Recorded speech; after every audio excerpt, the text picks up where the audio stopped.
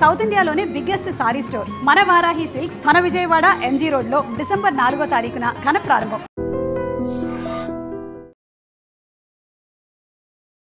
తమిళనాడు శివగంగైలో ఘోరమైన రోడ్డు ప్రమాదం జరిగింది. 2 బస్సులు బలంగా ఢీకొనటంతో ఈ దుర్ఘటనలో ఇప్పటికే 11 మంది మృత్యువాత పడ్డారు. చాలా మంది తీవ్రంగా గాయపడినటువంటి పరిస్థితి.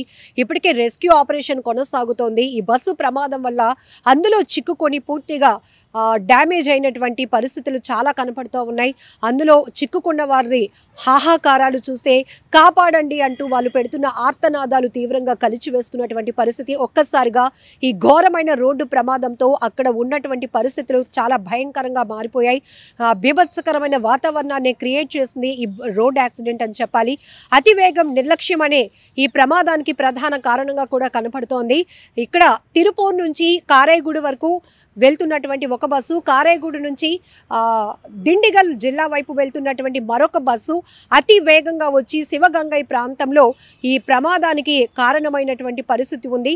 ఒక షార్ప్ గొడ్డలిపోటుకు ఒక చెట్టు త్వర ఎలా అయితే చీలుకుపోతుందో ఆ తరహాలోనే ఈ బస్సులు 2 అతి వేగంగా రావటం వల్ల ఒక బస్సు అయితే పూర్తిగా నుజ్జు అవ్వడమే కాదు, ఆ మొత్తం బస్సు ఒక సైడ్ పార్ట్ అంతా కూడా చీలుకుపోయినటువంటి అయిపోయింది.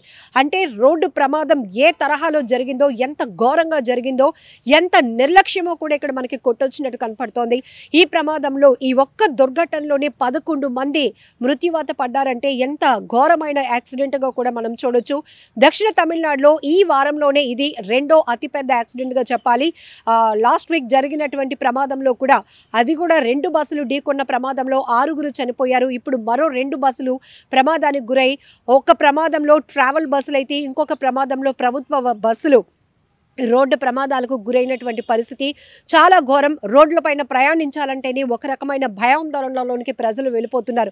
ఈ మధ్య కాలంలో అతి వేగం నిర్లక్ష్యపు డ్రైవింగ్ వల్ల జరుగుతున్న రోడ్డు ప్రమాదాల్లో ఎంతోమంది అమాయకులు ప్రాణాలు పోగొట్టుకుంటున్నటువంటి దుర్ఘటనలు మనం చూస్తూ ఉన్నాం.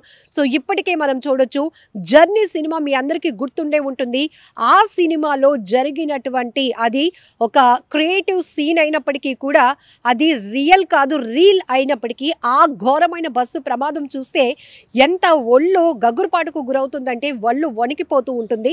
అలాంటిది ఒక స్క్రీన్ మీదే అలాంటి ప్రమాదాలు మనం చూడలేక కళ్ళు మూసుకునే పరిస్థితి అయితే, ఇప్పుడు రియల్గానే రోడ్లపైన ఈ తరహా ఘోరమైన రోడ్డు ప్రమాదాలు జరుగుతుంటే అందులో ఎంతోమంది ప్రాణాలు పోగొట్టుకుంటుంటే, ఎంతోమంది తమ శరీర భాగాలు పూర్తిగా డ్యామేజ్ అయ్యి మంచానికే పరిమితమైనటువంటి దృశ్యాలు చూస్తుంటే ప్రతి ఒక్కరిలో ప్రయాణం అంటేనే తీవ్ర భయాందోళనకు గురి అయ్యే పరిస్థితి కనబడుతుంది.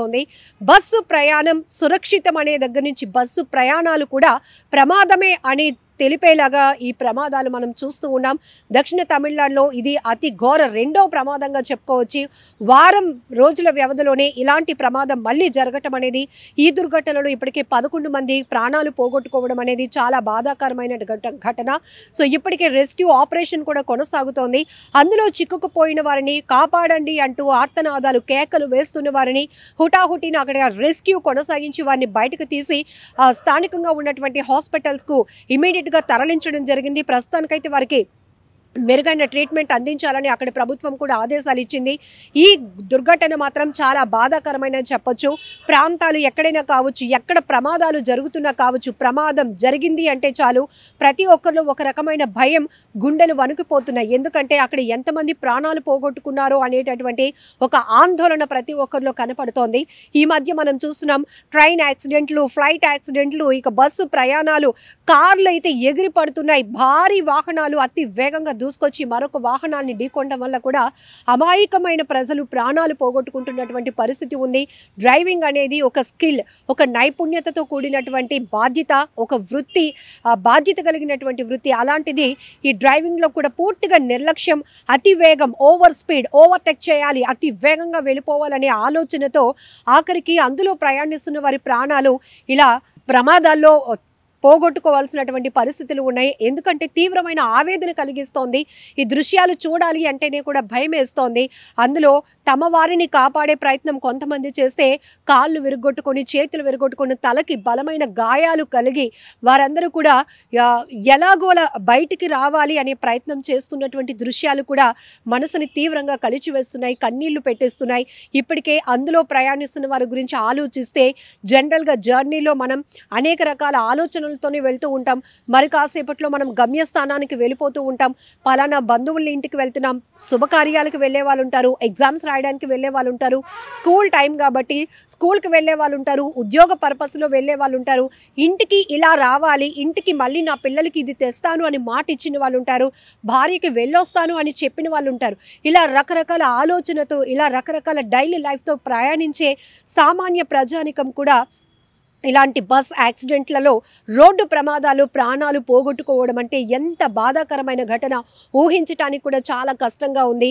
ఇప్పుడు తమిళనాడు శివగంగైలో జరిగిన ఈ ఘోర బస్సు ప్రమాదం కూడా 2 బస్సులు ఢీకొన్న దృశ్యాలు జర్నీ సినిమాలో బస్సు ప్రమాదాన్ని తలపిస్తున్నాయనటంలో ఎలాంటి డౌట్ లేదు.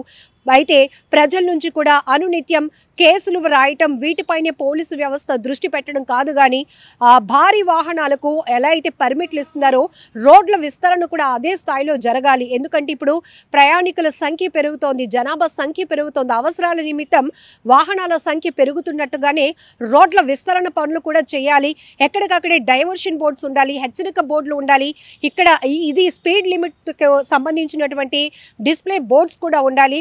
అలానే పోలీసులు ఎప్పటికప్పుడు ఫిట్నెస్ లేకపోతే ఇంకొకటి హెల్మెట్ పెట్టుకోలేదనో, సీట్ బెల్ట్ పెట్టుకోలేదనో కేసులు రాస్తున్నట్టే అతి వేగం వల్ల ఇప్పుడు CCTV సర్వేలెన్స్తో మనం ఎంత వేగంగా వాహనాలు నడుపుతున్నామో ఆటోమేటిక్గా ట్రాఫిక్ కంట్రోల్లోనే తెలిసిపోతుంది. అలాంటి మానిటరింగ్ సిస్టమ్ మీరు డెవలప్ చేస్తున్నప్పుడు ఇమీడియట్గానే అతి వేగంగా ప్రయాణిస్తున్న వాహనాల్ని కంట్రోల్ చేసే కెపాసిటీ ఉండేలాగా మానిటరింగ్ సిస్టమ్ కూడా అలా తీసుకొస్తే బాగుంటుంది అనే అభిప్రాయాలు కూడా ప్రజల నుంచి పెద్ద ఎత్తున వ్యక్తమవుతున్నాయి. మరొక వైపు అతి వేగం అనేది తగ్గించుకోవాలి. వేగాన్ని తగ్గించుకోకపోతే అది మన ప్రాణాలకి ముప్పు అనే విషయాన్ని మాత్రం వాస్తవాన్ని తెలుసుకోవాలి. ఇప్పటికే అనేక స్వచ్ఛంద సంస్థలు రోడ్డు ప్రమాదాల నివారణపై పెద్ద ఎత్తున అవగాహన కల్పిస్తున్నాయి. పోలీసులు కూడా ఎప్పటికప్పుడు ట్రాఫిక్ రూల్స్ని పాటించండి, మీ ప్రాణాలను భద్రంగా చూసుకోండి, మీ ప్రాణాల బాధ్యతతో పాటు మీ కుటుంబ బాధ్యత మీపై ఉంది కాబట్టి అతి జాగ్రత్తగా రోడ్లపై ప్రయాణం చేయండి అని చెప్తున్నా కూడా ఎవ్వరూ వినిపించుకునే పరిస్థితి లేదు. చిన్న వెహికల్స్ కూడా సెల్ఫ్ యాక్సిడెంట్లు కూడా చూస్తున్నాం. కార్లు అయితే ఎగిరి పడుతున్నాయి. ఏకంగా చూడొచ్చు మనం టోల్ ప్లాజాలను కూడా రీచ్ అయిపోయి వెళ్ళిపోతున్నాయి.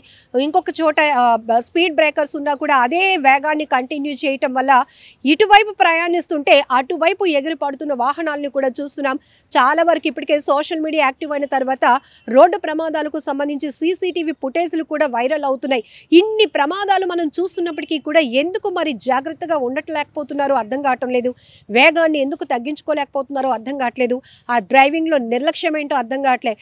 కొంతమంది డ్రైవర్లు ఓవర్ కాన్ఫిడెంటో తెలీదు, ఫోన్లు చూస్తూ ఉంటారు, ప్రోగ్రాంలు చూస్తూ మరి డ్రైవింగ్ చేస్తూ ఉంటారు. మరి వాళ్ళ పైన ఆధారపడి అదే బస్సులో కానీ, అదే కారులో కానీ, అదే వెహికల్లో ట్రావెల్ చేస్తున్న వాళ్ళ పరిస్థితి ఏంటని ఒక్కసారైనా ఆలోచిస్తున్నారా? ఏది ఏమైనప్పటికీ కూడా ఘోరమైన రోడ్డు ప్రమాదం ఇదని చెప్పాలి. ఇప్పటికీ దుర్ఘటనలో 11 మంది ప్రాణాలు పోగొట్టుకున్నారు. క్షతగాత్రులకైతే మెరుగైన ట్రీట్మెంట్ అందించేందుకు వైద్యాధికారులందరూ కూడా జాగ్రత్త చర్యలు తీసుకుంటున్నారు. నిజంగా ప్రస్తుతం ఉన్నటువంటి సమాజం దేనికి ప్రయారిటీ ఇస్తుంది? ఆర్థిక సంబంధాల చుట్టూ మాత్రమే తిరుగుతుంది. మళ్ళీ ఎన్నికలంగానే చాలా విరక్తి కలుగుతుంది. మంచి అనిపిస్తుంది కదా, లేడీస్ కూడా ఛాలెంజింగ్ జాబ్స్ చేసినప్పుడు చాలా బాగుంటది. ట్రాఫిక్ అసిస్టెంట్స్ గా నియమించిన ట్రాన్స్జెండర్స్ అందరితో సాల్యూట్ చేయించుకుంటున్నారు. ఫుడ్ డెలివరీ ఇవ్వటానికి వెళ్ళినటువంటి డెలివరీ బాయ్ అనిల్ పై కళ్ళ ముందు